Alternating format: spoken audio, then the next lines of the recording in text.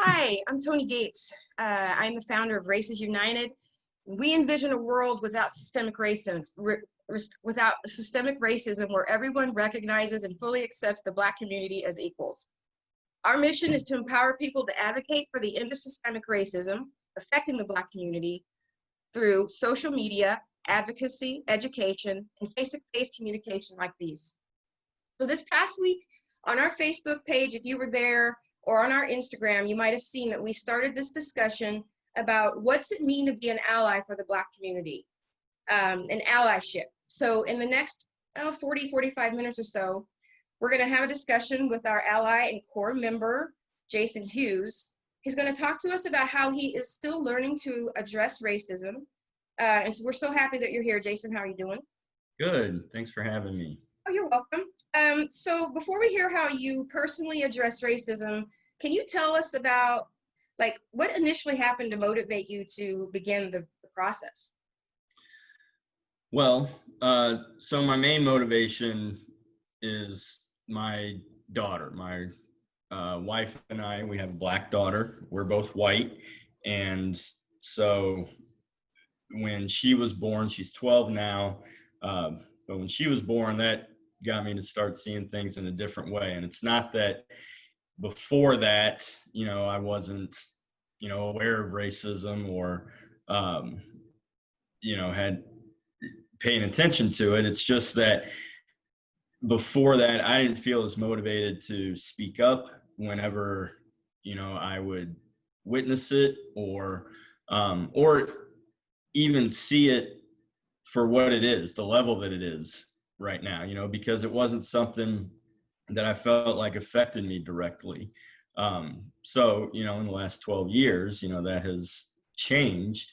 But kind of getting to that point before that, I mean, that's been a process. I've never really thought, well, and we'll talk more about this, but, I've never really thought of myself as racist. But the more work that I've done on myself, the more I've realized, yeah, I may not define myself as a racist. That doesn't mean that I haven't had, racist beliefs and racist views and done and said racist things in the past, or not called it out when I've seen it, or spoken up, which there are several reasons for that too, which we can talk about. But, being silent is being complicit. So there's a lot that I've learned, especially over the last decade or so, and we can kind of get into that. But yeah, my purpose, what kind of what motivated me to start paying more attention and to doing more, was and is and will be her, and I feel like part of that, I'm glad that I had that motivation. I also realized that, me needing that, meaning to be that personal for me is also part of the difficulty of this work for white people, because it's easy to do this when there's something really obvious and blatant and in our face, like seeing the video of George Floyd being murdered.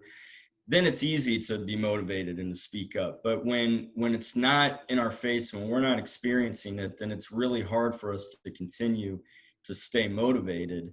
And so I think it's really cool that, so many things are happening now and that the discussion is continuing. We're more than a month out, and a lot of times this is when things start to fizzle out, and it feels like it is kind of, and there's still a lot that's happening. There's still a lot going on. So, but it part of the problem, so it's good that this is happening. And I feel like that also kind of illustrates, in my opinion, part of the problem is that it does take, something very extreme for us to get, us being white people, to get motivated to act. And for me, I'm, blessed that I have my daughter and that's been part of it. And, it also makes me think, I don't need her to do, like, I could have been doing insane things before that.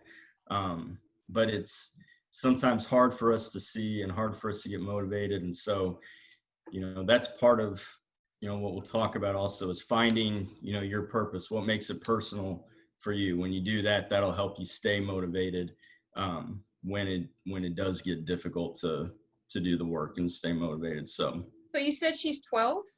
yeah. So did you talk to her about George Floyd? Does she know what's going on? So yeah, and so that we didn't talk to her initially about it. So even before all of this happened, my wife and I had been talking to each other, saying, we're gonna have to talk with her soon anyway about, you know, police brutality and the way that the Black people are treated as opposed to white people. And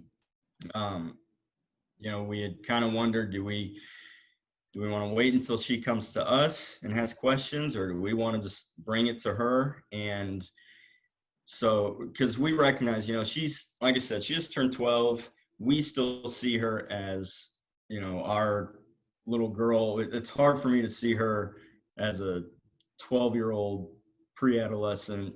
She's, for all intents and purposes, she's a teenager. She Mhm. drives me crazy. Mhm. But she's, she's really sweet. She's kind. She, for her last 2-3 birthdays, she said no gifts. She wanted people to bring donations instead, Mhm. and give like food donations and clothes donations, and didn't want gifts for herself. She's, a real kind person, and she's very loud and outspoken, and she speaks up when she thinks that people aren't being treated right. And these are all characteristics that we encourage, and that we think will Serve work her. well for her in the future. And we also recognize that, so while she's 12, she also doesn't look 12. She's, since the day she was born up until now, she's always, every checkup, she's in the 95th percentile in height and weight. So she definitely looks older than she is. She's always been mistaken for somebody older than she is. And so because of that, we recognize that not everybody's going to see her the way that we do, and not everybody is going to give her the same benefit of the doubt that they may give white kids the same age, maybe even doing the same thing, and they may not even see her as a kid. And so what some people might see is a a big, loud, outspoken Black woman, as opposed to a A child. child. That happens all the time.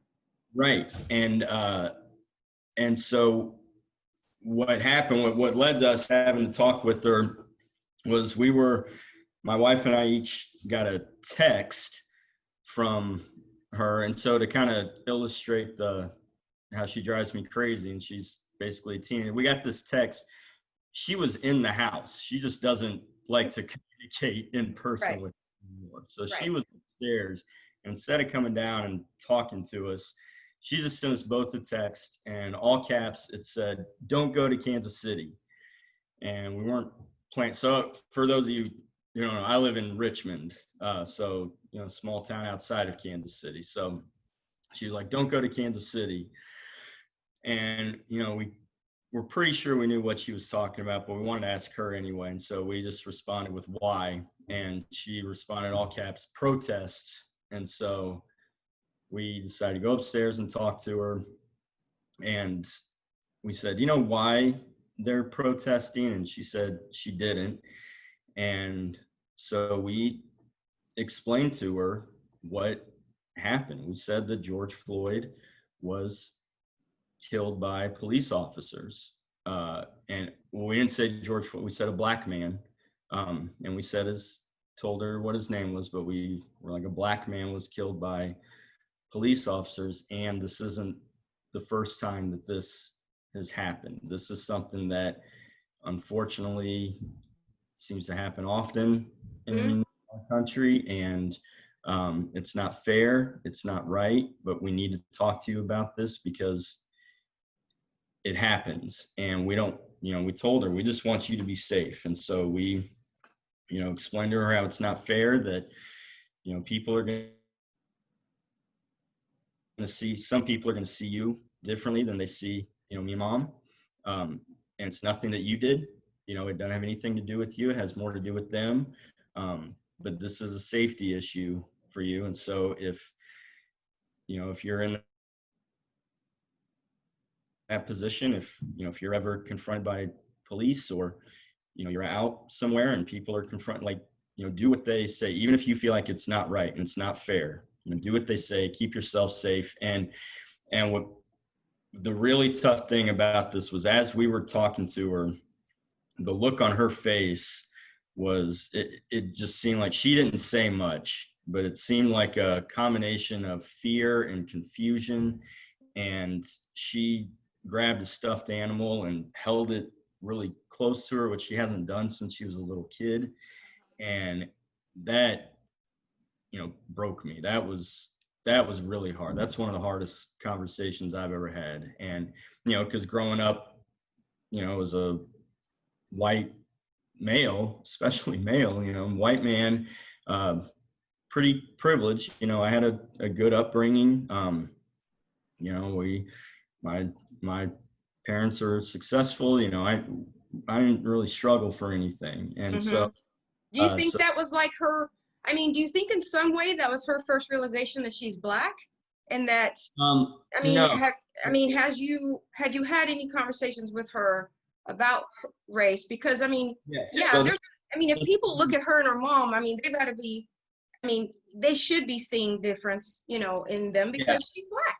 no, we've always been, we've always been candid about our differences and open about her being adopted. And she speaks freely of that and talks to her friends about it. And it's not, uh, that's not her first encounter with that. We've had other encounters. Mm-hmm.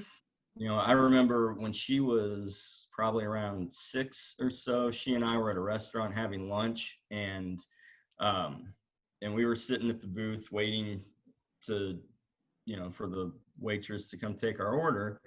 And it was taking her a while. I didn't really think much of it, but I could see her kind of looking around, and, uh, and she said, it's taken her a while to get to us. And I said, yeah, it kind of is. And she just said, she goes, I think it's because I'm Black. And at that point, like I said, she was around 6. We hadn't talked about, like, we've talked about her having different skin color than us, but Mm-hmm. we talk about like race and what that means. But it's just, it occurred to me then, like, this is innate, and I looked around, and because that didn't occur to me at all. But I Right. looked down and I saw what she was seeing, which was, there's her and there's a bunch of white people, and the one table that hasn't been waited on yet is the one with the Black person. Now, Yeah. I don't know that that's what why the waitress hadn't. It was also really busy and she was the only one working, so Well, that's the real fun part, Jason, that we didn't tell you about when you're Black. You never know. You never know. That's the real shitty part of it, is that and wondering all the times. But your 6-year-old, she picked up on something, and yeah, she knows.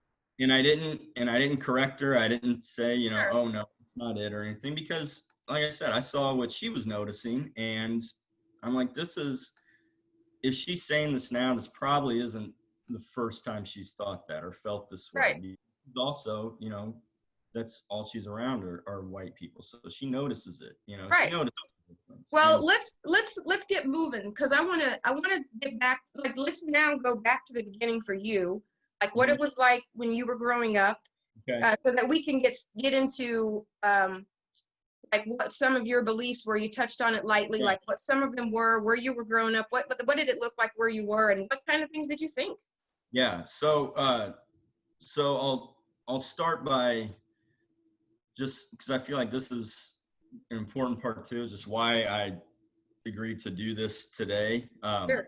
I've had uh, for over, especially over the last month, but even before that, I've had friends who will like ask me about, how do I talk to so and so about race, or how do I keep it from turning into an argument, or what can I say, to this? And I'm like, I don't know. I have These no are your idea. white friends that are Yeah, asking? white friends. Uh-huh. Yes, white friends are asking, how do I talk to my white family, Friends, yeah. or my white friends, or other white people about race? And I'm like, I have no idea. Why are you asking me? But then I noticed enough people were asking me that thought I must be doing something that they're noticing that. And so I started reflecting back on how I got to where I am now.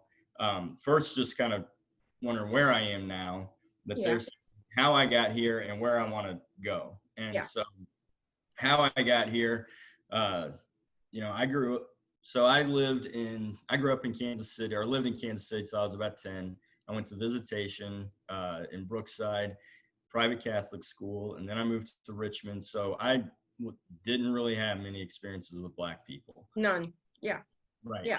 I was around white people all the time. And so, um, now I was always taught, not to hate, not to judge people based on how they look, and all the stuff that we're supposed to be told, and it was relevant. I've got great parents, um, and so I was always told that stuff. But when I look back, I I really don't feel like I hated anybody, but I definitely had racist views because of what I grew up around, what I was told. And so there were things, and, what I saw in the media and on TV and around me.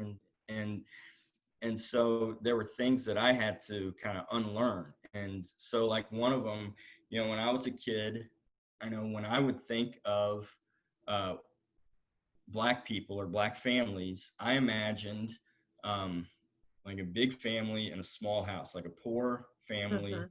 big family, and they weren't very happy. And I distinctly remember thinking like that's what I thought, like, and I'd feel bad, I'm like that must be hard, Mm-hmm. growing up. But that's what I thought of when I thought of Black people, because And that's so when you had that thought, there was no thinking like, I wonder if that's true. You just knew it was true. Is that the yeah, deal? yeah, I'm a kid, and that's what I'd see on TV shows, and that's Yeah. what and when they weren't, it was a huge, Mm-hmm. success, big deal, like the Jeffersons moving on up. It wasn't like we started here and we expected to be here. It's like, look at us now. So that's what I learned. That's what I and that people around me, my family, um, that's what I would hear and their encounters. And so like I do remember my dad had uh, he had a Black friend, and we'd go by his house sometimes, but it was in kind of a poor neighborhood. And so that just Kind of just, that's um, sort of the belief. yeah, yeah, yeah. And so um and so that was one. And then moving up, I moved to Richmond, so still not a whole lot of encounters with Black people. There was a little bit more in school, and then I started.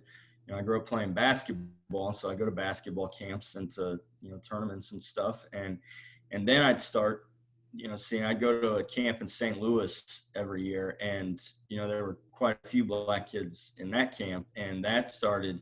There were things that they would say about how I knew one, just how much it costs to go to that camp. And so like I was like, well, this, like, there's quite a few of them here. This doesn't fit with what I believe. And so that kind of started spinning it. But then I'd have some Black friends and realize go to their house or talk with them, and I'm like, that doesn't fit. And Doesn't so fit.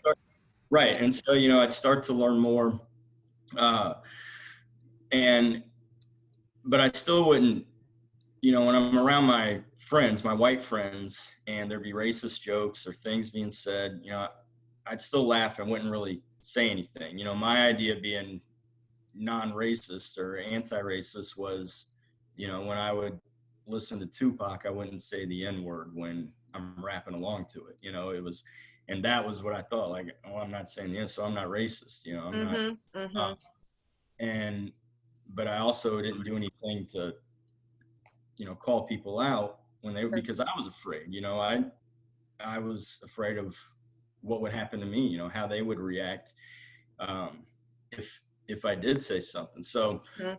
on, um, that even in college, maybe a little bit more, I'd start to talk a little bit more, start to speak up more. But again, once my daughter was born and I had a personal purpose, then I wanted to speak out more, and the purpose is because I want things to be different for her Right. as she's older, and I know that it's not going to go away by the time she's my age. But if I can do a little bit to make, it less probable that Mhm. he could, be the next Breonna Taylor, then I want to do that. And so that's what, and after having that conversation with her, that's one of the hardest things that I've ever had to do. So now, yeah, it's still uncomfortable, But it's easier, isn't it? easier to do this Yeah. and Yeah. have those one-on-one conversations. So making it personal, finding your own personal purpose, Right. whatever it is to you, and it can be, racism exists in so many facets of Mm. our country that, if you're a teacher, maybe education is your reason, that's your purpose, your students, or, if you're in the healthcare field, or, you have really close friends or family like I do, and, whatever it might be, when you find that purpose, that's what, because like even today, Toni, this, I got nervous about doing this. I didn't want to Right. come on here and do Right. this, but I kept thinking, it's not about me, it's Mhm. so, um, Yeah, this is a great example of bravery, number one, and courage, but it's also another way to show people you can read all these books that are out. That's great. But at the end of that day, at the end of the day, you've got to decide, am I going to take this on? This is like a lifestyle change. This isn't like, yeah, I was telling you the other day, you go to the gym after everybody makes their New Year's resolution, and then you see all these people at the gym. It's kind of like right after George Floyd. You had all the people at the gym, right? And yeah, then a month after, we're starting to see white fatigue with this. People are already tired of talking about it, and mhm, they're not going to the gym anymore. Like they're done. And so it's not like that. You have to. You can't. It's like we're starting to move from talking about hollow gestures to meaningful action, which is what you're doing. And those meaningful acts don't have to be, it doesn't have to be huge. It's a right. meaningful act to act in the moment when somebody's saying a racist joke. That is a meaningful act. And to that point, you mentioned the books and, reading the books, watching the It's documentaries, great. yeah, and it's important, it Yeah. is important for us to do that and to educate ourselves, Yes. because we don't experience it, Right. and so for so long, the way that I looked at racism and addressing racism was, um, I look at somebody like, Martin Luther King or Malcolm X, or, even, Jim Brown, Muhammad Ali, Yes. Kareem James Abdul-Jabbar, Baldwin. right, yeah, James Baldwin. And I'm like, yeah, that's because it's cool that they're doing this, because this is their fight. This Right. is their, it's for Black people to overcome, and I hope that they do. That's Right. the way that I envision, that I saw it, because the only people that I saw speaking out against it. And I'm like, Right. well, yeah, because right, if I feel like I'm being treated wrong, then I'm gonna, then it's up to me. That's how I saw it. It's up to me.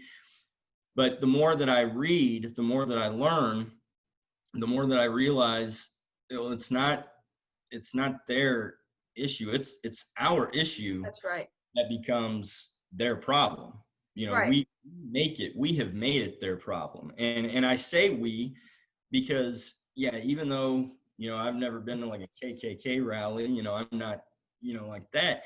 Those beliefs that I've grown up with, once I realize I have those, Right. then it's when I realize it, then it's up to me. Then I have to choose, do I continue to have that belief, now that I realize it's there, or do I do something to change the way that I see things? Before I realized it was there, then that was the truth. Mm-hmm. Once Right. that, once that was challenged, then it's up to me if I choose to keep to keep seeing it that way, or if I see it different. So we got to educate ourselves first before we can educate others, because that also gives us more credibility when we do have those conversations. So it gives us more credibility with the education, then we can, we can say things. But another way that it gives us more credibility is then I can say, uh, it, it's not just you. Like, I'm not just calling you, calling you out for, for what I saw you do, or you say, I've done it too, Right. and I continue to do it. I'm a work in progress, Right. and this is, I certainly don't have all the answers and know everything. I know that I still, do and say things that can be offensive, and sometimes I don't realize it. And so, Mm-hmm. the other important part is when we're told, or when I'm told that, I have said something offensive. So when we listen, we want to listen to that. We want to listen when somebody's telling us that. And we can listen in two ways. So one way is we listen to react, or we listen to learn. And so many times we listen to react, Yeah. and that's not helpful, because, and so kind of going back to what's your purpose and what's your motivation. There's also with those, it's kind of, and this was where I was for a long time. My purpose was to prove, I wanted to show that I'm not racist. Right. Right. That's different than being anti-racist. And so when I'm trying to prove to you, like Toni, if I say something here that comes off as offensive to you, and you tell me about it, and I'll listen, and I'll be like, yeah, I hear you, but here's what I meant by it, and here's why, why you took it wrong, and I give all these examples about how I'm not racist. Mm-hmm. Then I'm not hearing you. I'm not taking the information. I'm not learning about what it is that I said or did that Right. came off offensive. Instead, I'm trying to prove, I'm one of the good white people. I'm one of the, Oh yeah. that you, I'm going to guess, and I don't want to speak for you, so tell me if I'm wrong, but I'm going to guess you don't care if I'm one of the good ones or not. Yeah, that's my thing. And what I mean by that is, that's more important to me. You're like, I don't care how you see yourself. I'm just letting you know, you did this thing. It doesn't Mm-hmm. matter. Mm-hmm. And so I think a lot of white people do want it. They just want me to say, you're not like those people. You're not right, like the really bad ones, you're not like the bad ones, you're cool. And give them a pass from having to do any work. because that's where our mind goes, like really quick to, Oh yeah. like, hey, that thing you said was kind of offensive, or that's a little racist. Then I Right. go back to like, KKK Oh type. yeah, yeah. Like, you're putting me in that, and it's like, that's Right. not what you said, but that's what I heard. And so now I'm going to try to prove to you that I'm not racist. So the other way we listen is to learn. Right. And that's when, say something like, well, what is it about, what I did or what I said that was offensive to you? Help me understand that. And then that's the difference, in my opinion, between, trying to show that I'm not racist and being anti-racist. Because I when I have agree. the opportunity to learn, then I can carry that on. And I continue to do that. I do that now. I know that in the future, I'm going to make mistakes. I'm going to say and do things because I like being sarcastic. I like being funny. And I know that sometimes I step out of bounds, Sure. and I don't always realize it. And so it helps me to learn. That's also hard to hear because I don't want to think that I'm offensive. I don't want to think that I hurt people. But a lot of you've probably heard this example before, this metaphor. But if I accidentally step on your foot, Mm-hmm. it may have been an accident. It didn't mean it didn't hurt. Right, exactly. So it's still hurt. And so I may not have meant to be offensive by what I said or meant to be racist, but that's still how it came across. I think also that, in this process, I don't think white folks need to, overthink this. It's like, use some common sense. How well do you know this person when you're asking this X, Y, and Z question? How well do you know them before you tell them this kind of joke? You know what I mean? It's like, there's got to be some common sense somewhere, Right? Yeah.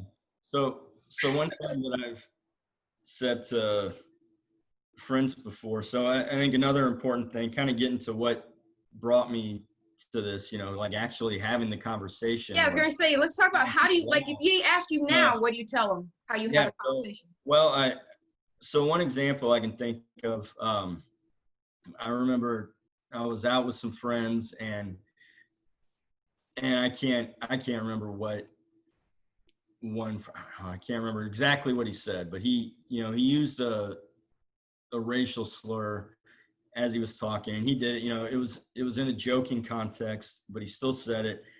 I didn't laugh. Mm-hmm. uh, so this was later as I became more confident in myself and having that. And everybody else in our group, they laughed, some people uncomfortably. I didn't laugh. I kept a straight face, and I think I just started to get up because I knew before I say something, I'm gonna go take a beat, take a minute, and that way I can let because another thing that you want to do, you want to notice your own emotions, because it's okay to be angry or feel upset when you hear this stuff. It's important on how we react to those emotions, on how effective the conversation will be. So if I had just responded immediately, I would have snapped at him, and then he might have gotten defensive back, and it wouldn't have accomplished much. But what I say is like, oh, come on, I didn't mean it. And I remember it was there was a table of girls next to us, kind of across from us, and they were black women, and they were good looking black women, and they said, Of course they were, Jason. right. Duh. Duh. and Just kidding. and but he used a racial slur, and I didn't laugh. And he's like, come on, I was just joking. And I said, and he was like, I didn't mean anything, that wasn't offensive. I said, well, then go say it to them. Yeah. And of course, then he got the point. It's like, well, if you wouldn't say it to them, then there's a reason for that. What you said was That's right. offensive. And then we talked about it, so I didn't, uh, that got the point across. Uh, and we were able to have a conversation, and we were able to talk it through. And I explained to him, he did a good job of listening also. After Mm-hmm. that, he tried to defend himself, for like, come on, you know me, I'm not racist, I didn't mean anything by that. And I said, well, go say that to them then. If Mm-hmm. it's not racist, go say it. And so then we had a talk, and I explained to him why it was offensive to me, and he seemed to understand that. And so now But you could also that tag in there why it's because it's just uncomfortable to you because you've got this black daughter. But it should also be uncomfortable to you because it's bullshit, right? Like that's so, right. and like so in these next when you have this again, you can be able to explain that to him that it's like offensive, it's to those people, and that this is not a me, it is a we thing. Right. And Yeah, that's something that I hope to get across today, and with other yeah, people I talk to, because I know that if that had been before my daughter was born, yeah, I would not have agreed with what he said. I would have been, offended by it, right, and I probably would have laughed uncomfortably. right, And so I want people to, hopefully get to that point where they don't make that same mistake that I would have, that it doesn't have to be something so personal as this to get you to speak up and to have it. Because the exactly. point of this is not that I said something, but it was his reaction. The point is, we didn't kill each other. We didn't get into this brawl, which is, what I was so afraid of before, was that if I say something, I might lose a friend over this. Mm-hmm. This was almost 10 years ago, probably, and we're still good friends. And here, just recently, earlier this week, I talked to another friend, and it got a little heated, but we ended. I don't know that it changed anything in that moment, um, but we ended cordially. And so that's another thing that I feel like is important. Is I feel like sometimes we think that it's not worth having the conversation because we're not going to change their minds. there are these people in our lives who, we're just like, well, what's the point of talking? I'm not even going to talk to them anymore because, they're always going to be this way. It's still important. The conversation itself is the goal sometimes, again, in my opinion. And what I mean by that is, yeah, you may not change their mind in that moment, but what you do is you then give them the chance to change at some Mm-hmm. point.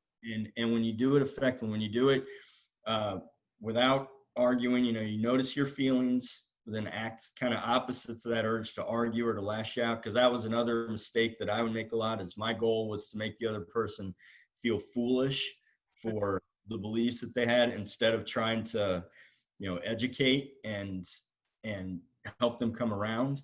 And now, I realize I'm not going to change their minds in that moment. And if that's my goal, then I'm going to drive myself crazy trying to do that. But I know for myself, there are things that, this still happens today and will happen throughout my life. Is, there are things that were told to me years ago that didn't make sense at the time. And then something will happen now that will bring that back up, and all of a sudden it makes sense to me. And it can be Mm-hmm. like years later. But if I hadn't had that, didn't hear that thing then when this other moment occurred, it wouldn't have made any difference. But Mm-hmm. this gave me the chance to learn and gave me the chance for that to happen. So when we have that conversation with people, even if they're not going to get it and it's not going to change anything in that moment, there may be something that they experience, a week later, a month later, a year later, 5 years later, that will all of a sudden make that, make sense. Or maybe a series of things Right. but by having that conversation, you give them a chance to change down the road. If you don't have the conversation, and they may get defensive, they may really dig their heels in to defend their point of view. And you can validate the way they feel. You may not validate their views, but you can validate, you feel really strongly about this. Mm-hmm. And here's why I feel strongly about, what I experience, Well, here's this why. And that entire explanation is exactly why I feel like Black people need allies. I know it's why I feel like I do, because that's a level of patience and a level of tolerance that you've got going that I don't always have. Like, I spent a lot of my young years talking to people. I would educate them about, I mean, it was an education. I didn't know I was giving an education, but mhm, explaining how I felt about certain things was a bit of an education for them. And if you do that, you're a therapist and a comedian, everyone. So just so they know, but from the therapeutic standpoint, it's traumatic having to do that over and over and over. Talk about these things that happened that were so personal and so traumatic. And so it's, I think this is one big reason that I feel allies are important, because you still have some, you're not carrying all that hurt and anger and mhm. frustration, and you can have the patience to do what you did with him, and Right. anybody else. So I for me, that's why it's important to have allies. I know Clarence is on. I don't know if he has anything to add to that, but or to this specific section here, but I think it's really, really important to have you, and I appreciate any conversation that's being had. Yeah.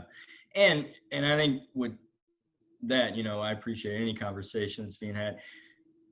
I mean, like, that's an important, you didn't say, I appreciate those that are having a perfect conversation or the right conversation. Some of it is just about just saying it, because, you know, we're not always going to get it right. We're going to make mistakes. And I talk about this, like having that patience and just have, but I don't always have that patience. I do still Yeah. get angry at times and make, smart ass comments. Right. Um, And and that's coming then, from the fact that you've got a Black daughter. So you've got that difference than others have. it's coming Fueling from you. that, and that's part of my personality too. And so, Yeah. like, Yeah. learning to, like, what's my goal? Is it to make them feel foolish, or is it to try to, shift their perspective? Because if it's to make them feel foolish, then I can make the smart ass comments, and I might feel good in the moment for having that witty uh, comeback, Yeah. but it's not going to change anything in the long run. because they're not going to remember anything else I said. They're only going to remember the thing that I said that, pissed them off. And Right. so, when I can learn to avoid that. But yeah, going back to the point when you said any conversation, I feel like another thing is we're afraid of saying the wrong thing. And so then we don't say anything. Like And to that's who? To the other white person you're talking to, to? to white people, to black people, like if I know that I've been around black people and they're talking about things and I'm like, I don't know, like this isn't making sense to me, but I'm afraid to ask or to say, because I don't want to come off as racist. And so, yeah, so then I don't say anything. And what I've learned is it's okay to make mistakes sometimes. Uh, it's better to, make a mistake trying to better yourself than Mhm. it is not try. Right. Mm. I mean, again, to me, it's like, how well do I know these people? And it's just common sense. Like, I think I can't imagine there's too many people that would be upset with someone asking them a question that's sincere. It's about sincerity and being authentic when you're asking these questions and when you're talking to people and interacting with them. I can smell it if they're not sincere or they're just fake. Nobody likes that. Talk to Right. me like you would anybody that you know. Talk to me like you want to be talked to. It is not that complicated, but there's all this built up around it, and all of a sudden, people don't know how to talk to anybody. It just doesn't make any sense, In, you know. in theory, it's not that difficult, but we build it up in our Build it mind. up. Yeah. Because I know I do this. I go to worst case scenario Oh and yeah. I'm like, well, I'm going to avoid that I can avoid that worst case scenario by not saying anything at all. Right. Right. And then what happens is after the moment, then I replay it several times in my mind for who knows how long, thinking, man, well, maybe I should have said this, or if I'd only said that. And instead of just, you know, make some mistakes. It's okay. Whether it's with your white friends, with black friends, whoever it is, just if you're doing it from a place of trying to better yourself and trying to, make things better, then, those mistakes can and will be overcome because you'll learn from them. Um, but, not only give, like I said, give the person you're talking to a chance to change, give yourself a chance to Mm-hmm. change by making those mistakes. I don't think any of us, whatever it is that we're good at, we didn't get there, without mistakes. We stumbled along the way, and we'll continue to as we learn. So, Right. And we also wanted to make sure we tell everybody that for as many people as there are in a room, that's how many different ways you can approach this. So like, Jason, the way Jason's approaching it may work for you, it may not, but it's up to you to kind of formulate your own path and just way of being and approaching this issue. Clarence, mhm. did you have something you wanted to say? I see you're unmuted. Yeah, I wanted to throw a little more difficulty in the conversation as it relates to younger blacks Yes. and and and the idea of the conversation, and I'm bringing it up to help people understand not to quit trying to have the conversation. So this is it. And I disagree particularly with my young black sons who don't even want to have the conversation most of the time. Mm-hmm. And well, like I said, I'm just trying to bring awareness to this attitude among young black people. And it's basically, we've had this conversation for decades and centuries. Why do we need to keep having it? You should know enough now, you should be aware enough now to be open and to care about everybody, not to discriminate. And so in a sense, they are closing the door on the conversation. I mean, it's a thing that's out there, and I'm just bringing it up to give advice to those white people in particular, not to stop trying, because I do think the conversation is important.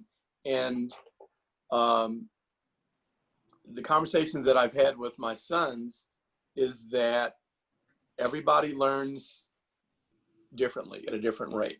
And some people get it sooner than others. Some people need to hit their head on the brick wall 1,000 times before they finally realize what they're thinking or how they're living is wrong. And they don't necessarily see it like that. And they close people down pretty quickly. So, and like I said, I'm just bringing it up to make people aware that it's going to be difficult. Even starting the conversation is going to be tough, but I think they're important, and they have to happen. Yeah, and I'm glad you said that, and that's because that's another important point for, like you said, for allies as well, is that it's, when you do decide to do this, when you do choose to do this, and you gotta understand it's a commitment, and it's not something like, I don't anticipate anything that I do or say leading to major change maybe in my lifetime, but maybe for my daughter and then for my grandkids. It might be a lot different for them if we do things now. But by having the conversation now, by doing the things now, it can lead to the change later. But it's got to start somewhere, and even little things add up. Little things build up, and so it's important to do that. But yeah, to recognize that it is a commitment, and to recognize, and Toni, you and I talked about this earlier this week too, that you're gonna feel overwhelmed and burnt out at times, and so it's to take care of yourself when you're doing this as well, and to recognize that stuff so that you can maintain the stamina to keep doing it. But then going back to the very beginning, I think finding your purpose, because it can be so overwhelming. So finding that one thing that makes this important for you, that makes this worth the commitment. That, like I said, for me, it's my daughter. That makes this personally worthwhile. But that's what, not that it wasn't important before that, but that's what motivates me to continue to speak up. Even when I'm tired and don't feel like it, or when I'm worried about the consequences of what I might say, how people might react to me, that keeps me going. Absolutely. Jason, I'm also, mainly because I'm intrigued, and we've had the conversation before about my hometown of in Saline County, Missouri, and you're in Richmond. How's that for your daughter living there? So ironically, it's been good for her. And the reason I say ironically is because when she was born, my wife and I started thinking about moving, back to Kansas City or closer to it, someplace where there is more diversity. Because for the most part, I grew up in Richmond and know what it can be like here. And so, we were like, well, we want to take her somewhere where there's more diversity. But by the time we felt like we were finally in a place where we could, buy a home that we'd be comfortable in, we'd been here long enough that she had established roots and she had friends, and she wasn't seen, and still, as far as we know, hasn't been seen as, the black kid with white parents. She's, everybody just knows her and they know us. And so it's just kind of, the thing that we wanted for her by moving away from here is actually what we have for her now. She's just accepted for who she is because she's grown up around everybody. So then we decided, she had her friends here, we're comfortable enough here. My family's here. We decided to stay. But I did ask, when we decided that we were going to stay here, I asked a friend of mine who's Black and who has lived here all of his life. I said, so, I think we're going to probably stay here for the long term. So just tell me honestly, being Black, what was it like growing up here? And he just started laughing and didn't really, he was like, you really want to know? I said, I think you kind of gave me all the answer that I needed. Yeah, he just started laughing immediately and shaking his head and was like, I think you know. And so, but fortunately, her at least to this point, her experiences has been good. Now, as she gets older, I wonder what that'll look like, because we grew up right here. There's a lot of Confederate flags, still out here, and Really? yeah, yeah, we see flags and people who want to defend it, and we're talking about how it's not racist, and so I know that it's still part of it. I've noticed a change in Richmond from the time that I was a kid to now. I've definitely seen growth, and I know that it's got a long ways to go. Also, it's still still a part of the community. So I'm encouraged by the changes that I have seen from the time that I was growing up here to now, and yeah, no, that, like I said, he still he shook his head, not because he didn't say, oh, it's so much better now. He was it's it Yeah. is what it And that's an interesting comment. And the thing I find fascinating is if you were to ask that to 10 Black people your age, or the age of your friend, they probably would have a very similar reaction or comment. But if you ask probably 10 white people from that community, they would probably, for the most part, have no idea. It is. We're coming up on 7 o'clock here, and I want to let everybody know that this the next step we're going to be taking at the Races United page. We're going to be asking you to kind of take this ally pledge that's been pinned by our ally and good friend in Austin, Kelly Newcomer Bledsoe. It's a way to take your pledge. I mean, you take this pledge and it's kind of your first steps moving from hollow gesture to meaningful act. And so we're going to be asking you to take this, the ally pledge with us. And, I'm just so thankful to Jason for being on today and introducing to you how he is learning to address racism. It's an ongoing process and a commitment. So we hope to see you more at the gym through this, if we can use that analogy. So we don't have any more questions. And so thank you, Clarence. And thank you, Jason. Thank you, Jason. Yeah. So we'll be back with more real talks. Please check our calendar and everybody be good. All right. Bye. Thank you. So long.